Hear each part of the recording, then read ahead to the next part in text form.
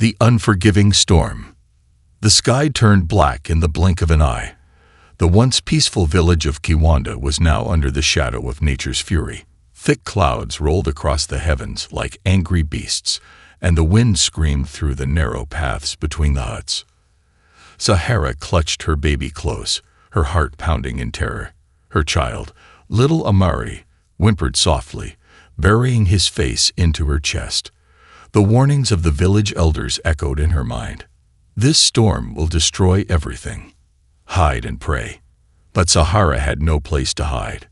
She was not welcome in the homes of others. The villagers had always kept their distance from her. They whispered about her past, about her being cursed or bringing bad luck. To them, she was an outsider, someone to fear and avoid.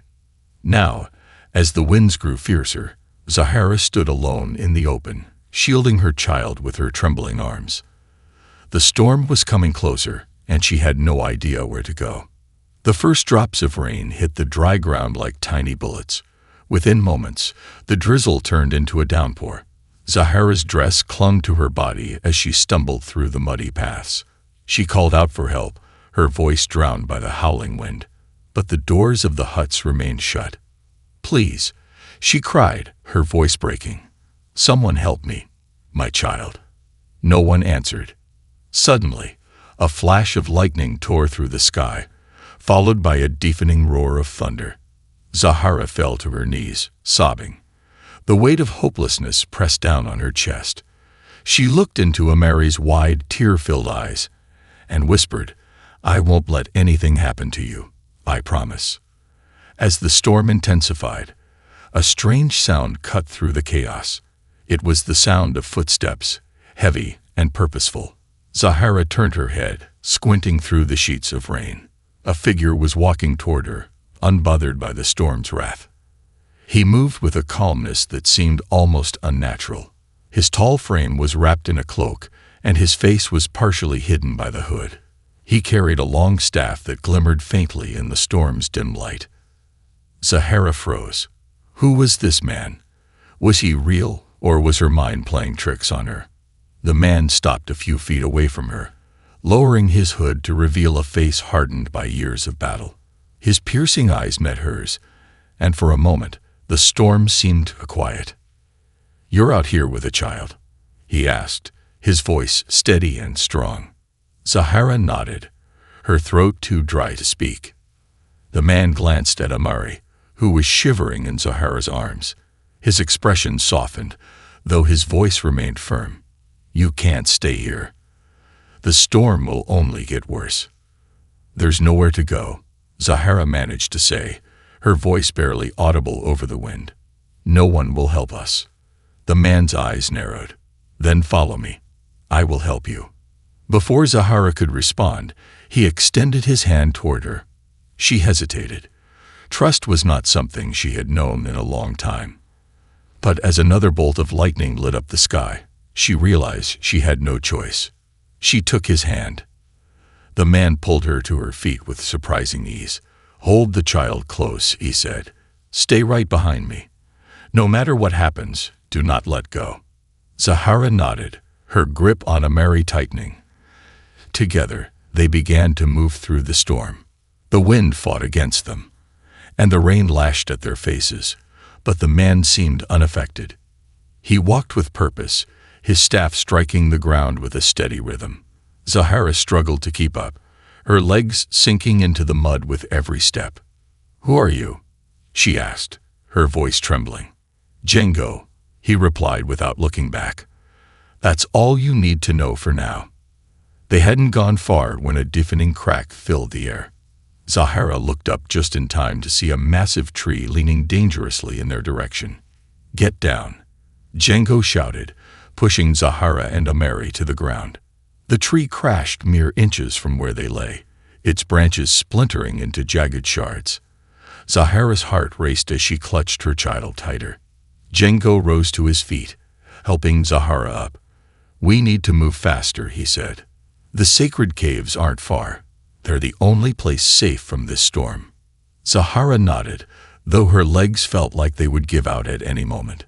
She didn't know where the sacred caves were or why this man was helping her, but something in his voice made her trust him.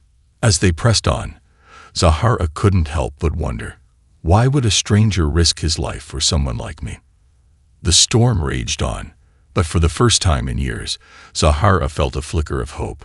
She didn't know if they would survive, but she was no longer alone. And that was enough to keep her moving. The warrior who defied fate. The storm raged like an angry beast, tearing through the land with no mercy. The sky was a swirling sea of darkness, and the winds howled as if the spirits of the past had been awakened. Zahara's feet slipped on the muddy ground, her arms wrapped tightly around her child. Amari's tiny fingers gripped her dress, his body shivering against her. She felt exhaustion creeping in, her strength fading. But she had no choice. She had to keep going. And then there was him. Django walked ahead, his figure strong and unwavering against the storm's wrath. He moved with purpose, his staff striking the ground in a steady rhythm, as if commanding the earth itself to stay firm beneath him. The rain poured over his skin, but he didn't flinch. The wind pushed against him, but he didn't slow down. Zahara watched him, disbelief growing in her heart. Who was this man? No ordinary warrior would walk into a storm like this without fear. A sudden gust of wind nearly knocked her off her feet, but before she could fall, Django's strong hand caught her wrist. "Stay close," he ordered. His voice was calm, steady, as if the storm was nothing more than a passing breeze. Zahara swallowed hard. No one had ever looked at her with such certainty before, like she was worth saving. The village was far behind them now, its distant lights flickering through the storm like dying fireflies. Ahead, nothing but endless darkness stretched before them. "Where are we going?" Zahara asked, breathless. Django didn't turn his head. "To the sacred caves. They are hidden in the cliffs beyond the valley. It's the only place where the storm cannot touch us." Zahara had heard stories of the sacred caves, whispered in the village like legends passed through time. It was said that long ago, warriors of the old kingdom had hidden there during the Great War, protected by the spirits of their ancestors. But she had never believed in such things. Until now. A daring escape. Lightning split the sky once more, illuminating the landscape for a brief moment. That was when Zahara saw it, the river. It was swollen from the storm, the once gentle waters now a raging flood. The only way across was a narrow wooden bridge, shaking under the force of the wind. Django stopped, his sharp eyes scanning the rushing waters below. "We have to cross," he said. Zahara's stomach twisted. The bridge looked like it would collapse at any moment. One wrong step, and they would be swallowed by the river. Django turned to her, his expression unreadable. "Do you trust me?" Zahara hesitated. Trust. A word she had never truly understood. All her life, people had turned away from her, leaving her to fend for herself. But this man, this fearless warrior, had risked his life for her and her child. She tightened her grip on Amari. "Yes," she whispered. Django nodded. "Then hold on." Without another word, he stepped onto the bridge. The wood groaned under his weight, swaying wildly. Zahara's heart pounded as she followed, every step feeling like a gamble with death. Halfway across, a powerful gust of wind slammed into them. The bridge jerked violently. Zahara lost her balance, her foot slipping off the edge. She screamed. Django moved in an instant. He grabbed her arm, pulling her back onto the bridge with a force that almost knocked the breath from her lungs. "I said, hold on," he barked, his grip tightening around her wrist. Tears burned in Zahara's eyes, but she nodded, gripping the bridge's rope tighter. They moved quickly, step by step, until finally they reached the other side. Zahara gasped for breath, collapsing to her knees. Amari whimpered softly, still tucked safely in her arms. Django knelt beside her, studying her face. "You did well," he said simply. Zahara looked at him, searching his expression. No mockery, no judgment, only quiet approval. For the first time in years, she felt something unfamiliar: pride. But there was no time to rest. The storm was still raging, and the sacred caves were still far away. Django rose to his feet, his eyes scanning the dark horizon. And then he froze. Zahara followed his gaze and felt her blood turn cold. They were not alone. From the shadows, a pair of glowing eyes watched them. And in the distance, the low, rumbling growl of a predator echoed through the storm. The journey through darkness. The storm had not relented. If anything, it had grown fiercer, as though the heavens themselves were waging war upon the earth. Rain fell in thick, heavy sheets, and the wind howled through the valley, carrying with it a bone-chilling cold. Zahara shivered, her arms wrapped tightly around Amari. The child was silent now, too exhausted to cry, his tiny body pressed against hers. She could feel his heartbeat against her chest, a fragile rhythm against the chaos surrounding them. Django stood a few steps ahead, unmoving. His sharp eyes were locked on the darkness before them, where something, or someone, watched from the shadows. The growl came again, low and threatening. It was not the sound of the storm. It was the sound of a predator. Zahara swallowed hard. "What is that?" she whispered. Django did not answer. Instead, he moved his staff slightly, shifting into a stance that spoke of battle, of readiness. The darkness shifted, and then, from the shadows, it emerged. A hyena. But not just any hyena. This one was different. It was larger than any Zahara had ever seen, its body lean with hunger, its eyes glowing unnaturally in the storm's dim light. The creature's fur was soaked from the rain, its sharp teeth bared in a snarl. And it was not alone.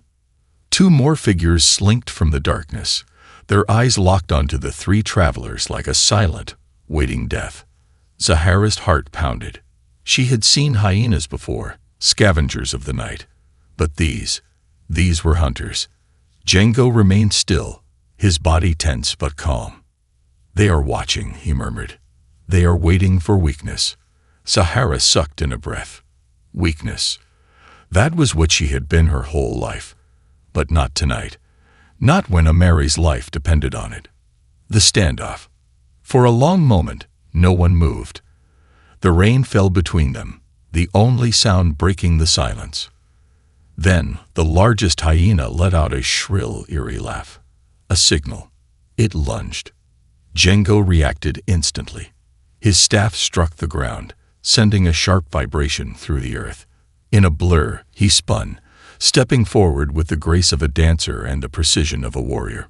The wooden end of his staff struck the lunging hyena's skull, hard. The beast yelped, stumbling back, dazed. But the others were already moving. Zahara screamed as the second hyena lunged for her. She threw herself back, shielding Amari with her body. But before it could reach her, Django's staff whirled through the air like a striking serpent. Crack! The hyena let out a sharp cry and fell, rolling into the mud. "Stay behind me," Django ordered. Zahara obeyed, clutching Amari tighter as she scrambled behind the warrior. The final hyena hesitated now, its glowing eyes shifting between its fallen packmates and the man who stood between it and its prey. Django did not move. He only stared, his gaze like steel, his grip on the staff firm. For a moment, it seemed the beast would strike. Its muscles tensed, its breath came in short, sharp huffs. But then, it made its choice. The hyena let out one final snarl, then turned and vanished into the night, disappearing into the storm. Django exhaled slowly. Zahara's breath came in ragged gasps. She could still feel the heat of the hyena's breath, still see its teeth in her mind. Django turned to her. "Are you hurt?" She shook her head, unable to speak. "Then we move." The hidden path. With the predators gone, they pressed forward, deeper into the valley. The wind still howled, but Zahara no longer noticed. Her mind was filled with questions. Who was Django? Why was he so skilled? No ordinary man could move like that, fight like that. He was not just a warrior. He was something else. The landscape grew rougher, the path twisting and turning through jagged rocks. Zahara struggled to keep up, her feet slipping in the mud. Then, suddenly, Django stopped. Ahead of them, almost hidden by the storm, a wall of stone loomed. The sacred caves. Zahara gasped. They had made it. But before she could step forward, Django raised a hand, stopping her. His eyes narrowed. His muscles tensed once more. Something was wrong. And then Zahara heard it, the sound of breathing. Not theirs. Someone else was waiting in the caves. The warrior's sacrifice. The storm still raged behind them, but inside the entrance of the sacred caves, there was something worse than the storm. Django held out his arm, stopping Zahara from stepping forward. His sharp eyes scanned the darkness ahead, his grip tightening around his staff. The sound of breathing. Slow, steady, deliberate. Zahara clutched Amari close. They were not alone. Then, a spark. A flicker of fire ignited in the darkness, illuminating rough, weathered faces. 3 figures stood ahead, their eyes gleaming in the dim torchlight. Men, warriors, armed. They had been waiting. One of them, a broad-shouldered man with scars running down his face, stepped forward, tapping a curved blade against his palm. "We were not expecting visitors," he said, his voice deep, dangerous.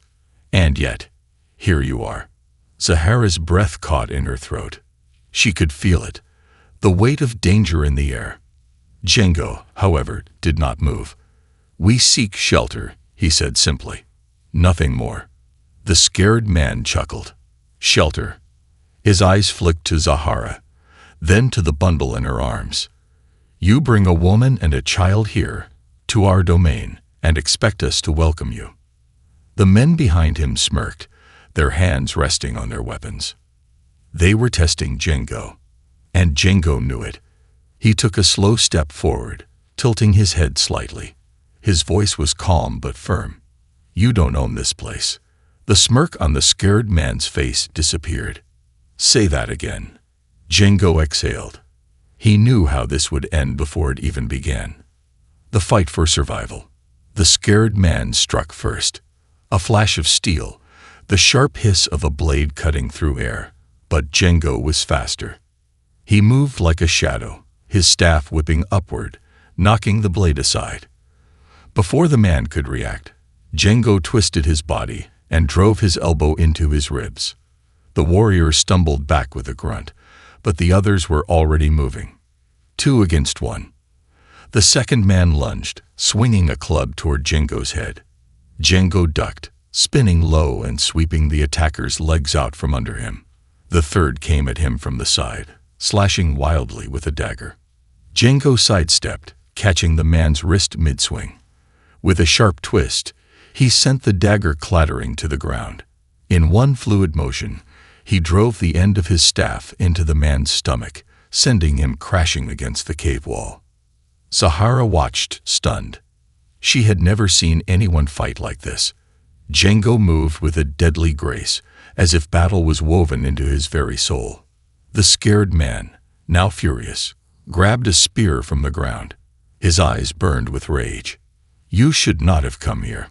He thrust the spear forward, but Django did not dodge. Instead, he grabbed the shaft midair, stopping it inches from his chest. With a single powerful motion, he snapped the wooden spear in half. Silence. The cave echoed with the sound of the broken weapon hitting the ground. Django stared at the scared man. "Leave." For a long moment, no one moved. Then, slowly, the defeated warriors backed away. The scared man spat at the ground. "This isn't over." And with that, they disappeared into the darkness. A moment of peace. Django exhaled, rolling his shoulders. His body ached, but he did not let it show. He turned to Zahara. "Are you hurt?" She shook her head, but there was something in her eyes now. Not just fear, something else. Respect. She had never known a man like him before. A man who fought not for greed, not for power, but for something greater. For others. For her. Django walked to the center of the cave and dropped his staff to the ground. "We stay here for the night," he said. "The storm will pass by morning." Zahara lowered herself onto the cold stone floor, holding the Mari close. The child stirred, his tiny fingers gripping her arm. She looked up at Django. "Why did you help us?" Django stared into the fire. For a long time, he said nothing. Then, quietly, he answered, "Because once, someone saved me." Zahara did not ask more. But in that moment, something changed. The storm outside still raged, but inside the cave, beneath the flickering firelight, a new kind of warmth was beginning to grow. The breath of life. The fire crackled softly in the sacred cave, its flickering light casting restless shadows on the stone walls. Outside, the storm still howled, but here, in this hidden place, time seemed to slow. The fight was over. For now. Zahara sat with her back against the wall, cradling the Mari in her arms. The child stirred but did not wake, his small breaths warm against her skin. She turned her gaze toward Django. He sat a few feet away, his head slightly bowed, his staff resting beside him. His shoulders rose and fell steadily, his breath deep and measured. He had fought with the strength of a lion. Yet now he looked tired. And then she saw it. The blood. It darkened the fabric of his side, seeping through where the scared man's blade had struck him in the fight. Her heart stopped. "Django," she whispered urgently, "you're hurt." He did not answer. She scrambled toward him, shaking his arm. His body was unnaturally still, his breaths shallower than before. He was fading. The desperate struggle. Panic surged through Zahara. She could not lose him. Not now. Not after everything. She pressed her hands against the wound, trying to stop the bleeding. Warm, sticky liquid coated her fingers. Django groaned softly, but did not open his eyes. She had no herbs, no bandages, nothing. But she had seen wounds like this before, when her mother was still alive.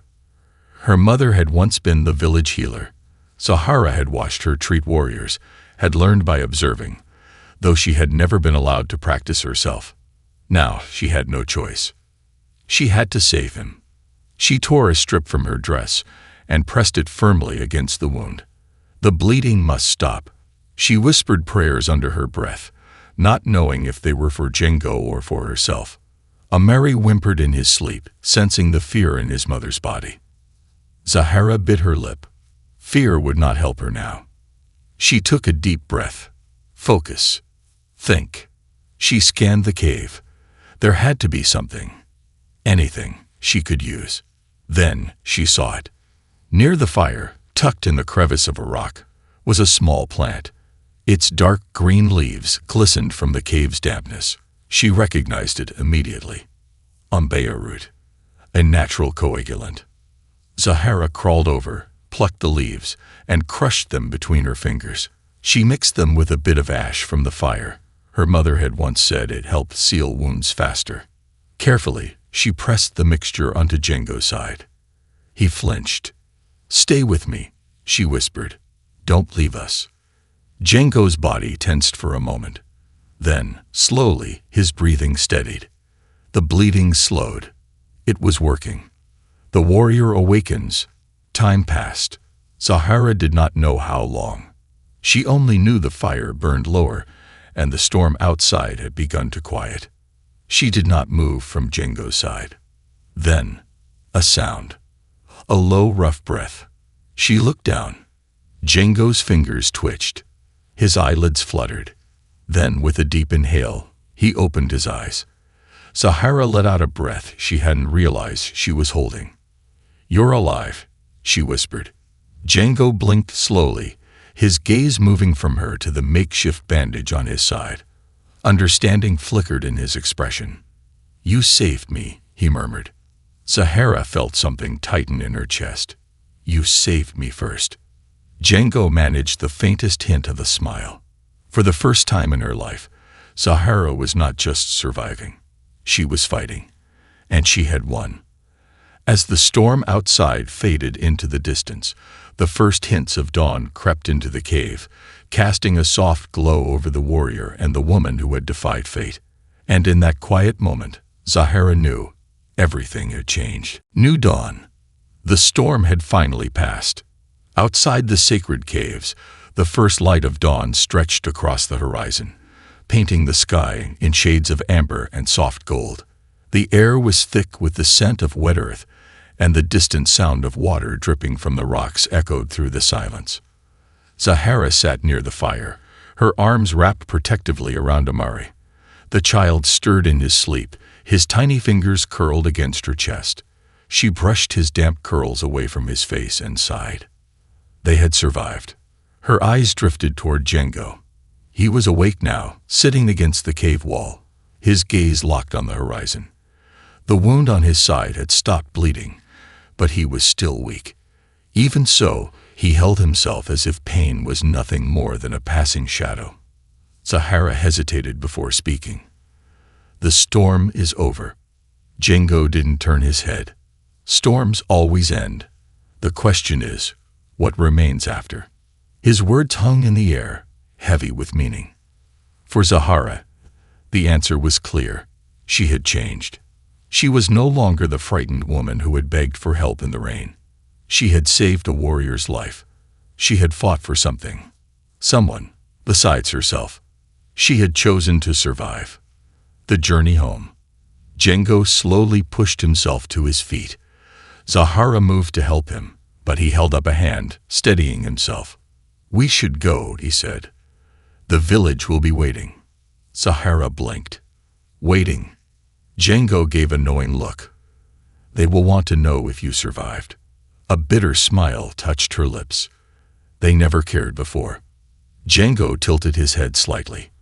"Perhaps, but people change when they witness something greater than their fears." Zahara wasn't sure what he meant, but she had no time to question it. She secured Amari in the cloth tied around her back and followed Django toward the entrance of the cave. When they stepped outside, the world felt different. The land, once ravaged by the storm, was calm now.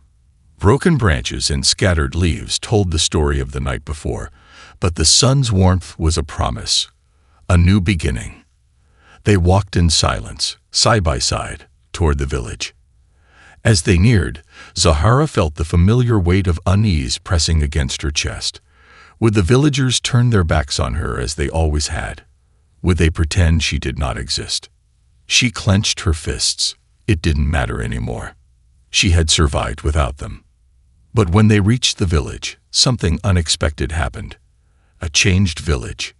People were waiting. Men, women, children. They stood outside their homes, watching in silence as Zahara and Django approached. Then someone gasped. She made it. The warrior brought them back. Whispers spread like wildfire. Then the village elder stepped forward. His deep-set eyes studied Zahara with something she had never seen before, respect. "You walked into the storm and returned." Asterisk, asterisk, his voice carried across the gathering crowd. "Tell us, how did you survive?" Zahara swallowed hard. The urge to stay silent, to remain invisible, was strong. But no. She lifted her chin, her voice clear. Because someone chose kindness. The villagers exchanged glances. Then, slowly, a woman stepped forward. "We heard the wind scream all night. We saw the river rise. We thought no one would make it back." A man beside her nodded. "But you did." His gaze flickered to Django. "And so did the warrior who fought to save you." Django remained silent, but his presence was undeniable. He had risked everything for a woman and a child who were once invisible to this village. And now, they saw her.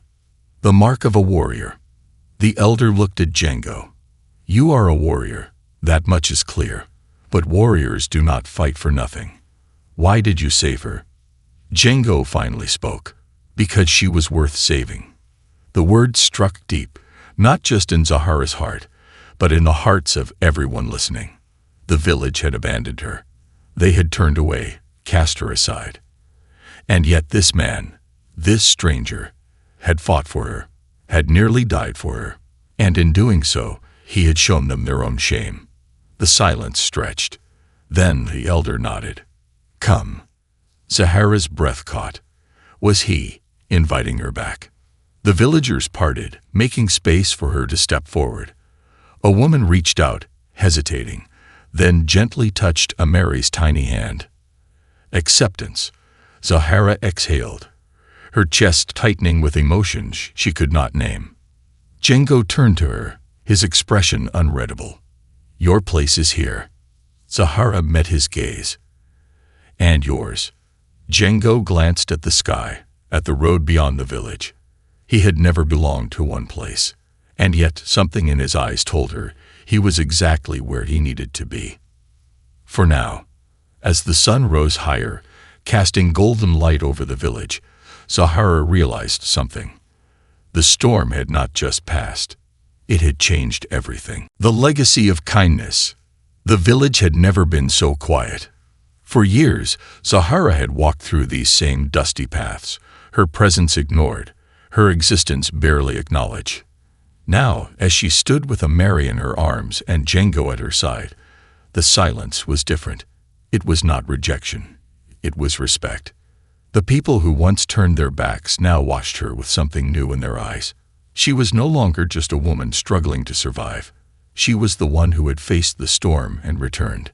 The elder stepped forward, his gaze steady.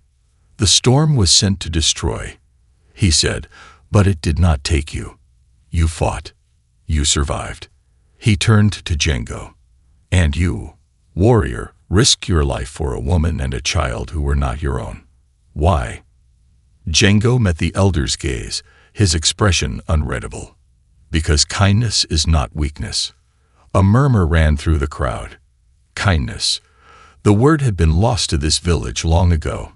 In a place where survival meant turning away from those in need, Django had broken the unspoken rule. And now, so had Zahara. The first step toward change. A woman stepped forward hesitantly. It was Ishani, the healer. Her sharp eyes studied Zahara, then shifted to Amari, still wrapped tightly against her back. "The child," she murmured. "Is he unwell?" Zahara blinked, unsure how to answer. No one had ever asked before. "He is strong," she finally said. But the night was long. Ishani nodded. Then, to Zahara's shock, she reached into her pouch and pulled out a small bundle of dried herbs. "This will help with his fever," she said simply, pressing the herbs into Zahara's hands. Zahara's breath caught. Ishani had never spoken to her before. Now she was offering help. It was small, but it was a beginning. A warrior's farewell. Django watched the quiet exchange, his sharp eyes catching every movement. He had seen change before. It was never sudden. It started in small moments, in quiet acts, in the hesitation before kindness. That was how people were remade. He stepped back. His purpose here was done. But before he could turn away, Zahara spoke. "Where will you go?" she asked. Django exhaled, his gaze drifting toward the horizon. "Wherever I am needed." Zahara studied him for a long moment. This man, this warrior who had risked everything for her and Amari, was not someone who stayed. He belonged to the road, to the unknown. But that did not mean she would forget him. She unwrapped the thin leather bracelet from her wrist and held it out to him. "Then take this." Django frowned. "I need no gift." Zahara shook her head. "It is not a gift. It is a promise." Django hesitated, then took the bracelet, running his fingers over the worn leather. "A promise of what?" he asked. Zahara met his gaze.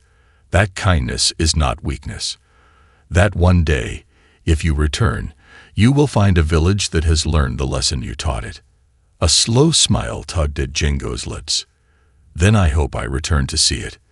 He tied the bracelet around his wrist, and without another word, turned toward the road. The beginning of a legend. As Django disappeared into the distance, the village watched in silence. Then, for the first time, Zahara was not alone. The women gathered around her, asking about Amari, about the storm, about what she had seen. The men spoke of Django, of the way he had fought, of the lessons he had left behind. Something had changed. Something had begun. And years from now, when the story was told, when children whispered about the fearless warrior and the woman who faced the storm, it would not be a tale of survival. It would be a legend of kindness, a legend of change, a legend of a warrior who had defied fate. And it all began with a storm. The end.